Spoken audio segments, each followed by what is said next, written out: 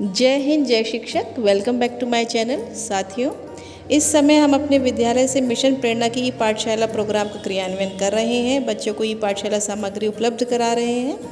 तो अब ये जो ई पाठशाला है वो कब से शुरू हुआ, कितने फेज़ हुए, आपको वैसे पता होगा कि 1 से लेकर 5 फेज़ हो चुके हैं। अब ये फेज़ कब शुरू हुए, कब ख़त्म हुए, इस सब की जानकारी मैं आपको इस वीडियो में उपलब्ध कराऊंगी। तो वीडियो को लास्ट तक ज़रूर देखिएगा और यदि वीडियो यूज़फुल लगे तो उसे लाइक और शेयर ज़रूर करिएगा। तो चलिए शुरू करते हैं अपना वीडियो। मिशन प्रेरणा की ई पाठशाला फ़ेज़ 1 जो कि अप्रैल 2020 में शुरू हुआ था, उसके बाद जुलाई से हमारे विद्यालय खोल दिए गए थे, लेकिन बच्चों के लिए विद्यालय नहीं खोले गए थे। तो मिशन प्रेरणा ई पाठशाला फ़ेज़ 2 का शुभारंभ 21 सितंबर 2020 से किया गया था। उसके कई बिंदु थे, ये सभी बिंदु हम लोग ऑलरेडी परिचित हैं। तो मैं आपको ये सिर्फ शो कर रही हूँ इस आदेश में कि क्या क्या बिंदु थे। इसका PDF आपको डिस्क्रिप्शन बॉक्स में दे दूँगी, तो आप पूरा आदेश वहाँ से पढ़ सकते हैं। बस यहाँ पर आपको इतना याद रखना है कि इसी में हमें प्रेरणा लक्ष्य और प्रेरणा सूची के बारे में जानकारी दी गई थी और इसके बाद से ही हमने प्रेरणा लक्ष्य पर फोकस किया। बच्चों को उसी तरह से काम देने लगे कि उनके जो लक्ष्य हैं वो प्राप्त कर सकें। प्रेरणा सूची भी हमें इसी ई पाठशाला फ़ेज़ 2 के दौरान प्राप्त हुई थी। मिशन प्रेरणा ई पाठशाला फ़ेज़ 3 का क्रियान्वयन जो कि ई पाठशाला फ़ेज़ 2 के बाद शुरू हुआ था, ये 12 अप्रैल 2021 से प्रारंभ किया। आप सभी जानते हैं कि मार्च में हमारे विद्यालय बच्चों के लिए भी खोल दिए गए थे, मार्च 2021 में, और उसके बाद 12 अप्रैल से ये तीसरा फेज़ शुरू किया गया था।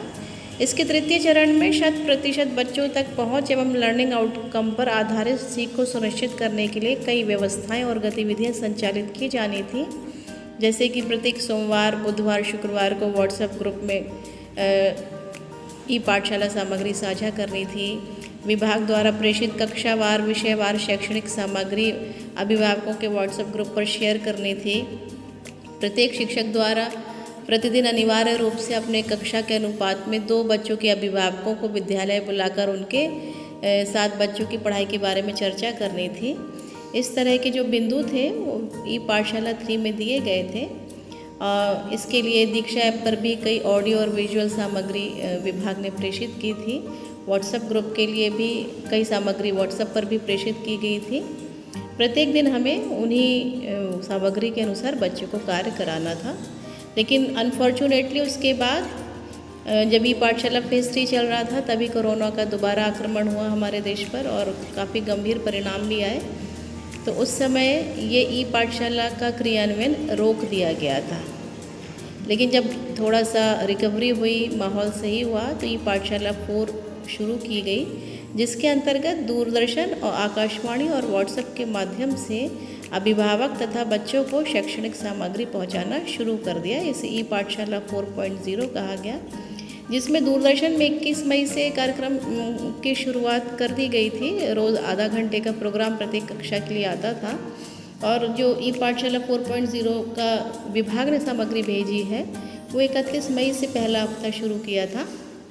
तब जो अभ्यास और प्रश्नोत्तरी थी वो दीक्षा ऐप पर, रीड अलॉन्ग ऐप पर और प्रेरणा लक्ष्य ऐप के माध्यम से हमने उसको बच्चों के साथ साझा किया। सभी अभिभावकों से कहा कि वो प्रेरणा लक्ष्य ऐप और रीड अलॉन्ग ऐप अपने मोबाइल में इंस्टॉल करें, बच्चों को घर पर पढ़ाएं। व्हाट्सएप से ई पाठशाला सामग्री भेजी गई, बच्चों को काम करने के लिए दिया गया।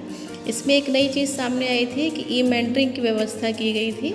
जिस तरह हम ऑनलाइन टीचिंग कर रहे थे, इसी तरह हमारा ऑनलाइन अनुश्रवण भी शुरू कर दिया गया था और इसके लिए डाइट प्राचार्य और BSA के नेतृत्व में SRG, ARP और डाइट मेंटर के द्वारा ई मेंटरिंग की व्यवस्था की गई थी, जिसमें ARP, डाइट मेंटर और SRG द्वारा शिक्षकों से व्यक्तिगत संवाद किया गया और उन्हें लगातार उनका अनुश्रवण किया गया। यदि उन्हें कोई परेशानी है तो वो उस संबंध में बात कर सकते थे।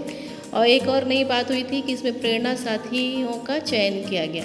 प्रेरणा साथी जो कि विद्यालय के आसपास रहने वाले ही युवक या युवतियां हैं, जो कि पढ़े लिखे हैं, जिनके पास एंड्रॉयड फ़ोन है और जो अपने गांव के बच्चों को या अपने विद्यालय के आसपास के बच्चों को पढ़ाने के इच्छुक थे। वॉलंटियर्स जिन्हें कहा गया, उन्होंने बच्चों को पढ़ाना शुरू किया और लिंक भेजते थे हम लोग ताकि जो भी कार्य आ रहा है वो उनको करा सके। मोहल्ला पाठशाला का संचालन शुरू किया गया।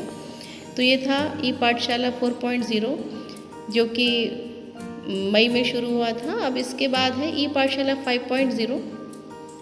ई पाठशाला 4.0 ख़त्म नहीं हो पाया था, लेकिन तुरंत ही 5.0 शुरू कर दिया गया था।